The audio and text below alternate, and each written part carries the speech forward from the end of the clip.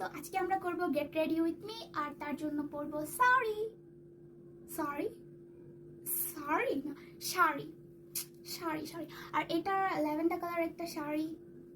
আচ্ছা এই তো লগ রা है मुझे, এখন থেকেই তো আমার অনেক ভালো লাগতেছে। আর এটা আমার আম্মুর শাড়ি।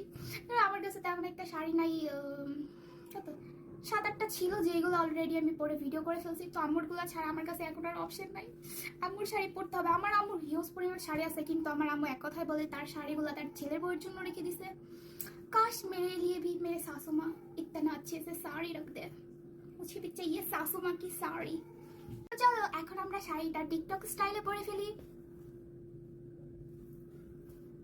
চেঞ্জ হইলো না? এত সহজ না শাড়ি পরা, ঠিক আছে থাকো, চেঞ্জ করে আসতেছি। তো আমরা চলে আসলাম শাড়ি পরে, আর হালকা পাতলা মেকআপ আপনাদের সামনেই করব। যদি আমি কখনো মেকআপ করি না, তো হালকা করে একটু লিপস্টিক দিয়ে নিতেছি। শাড়ির সাথে এতটুকু না করলেই নয়।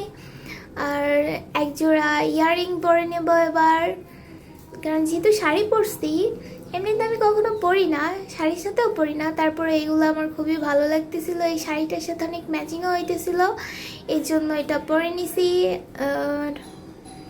তো কেমন লাগতেছে সবাই জানাবেন।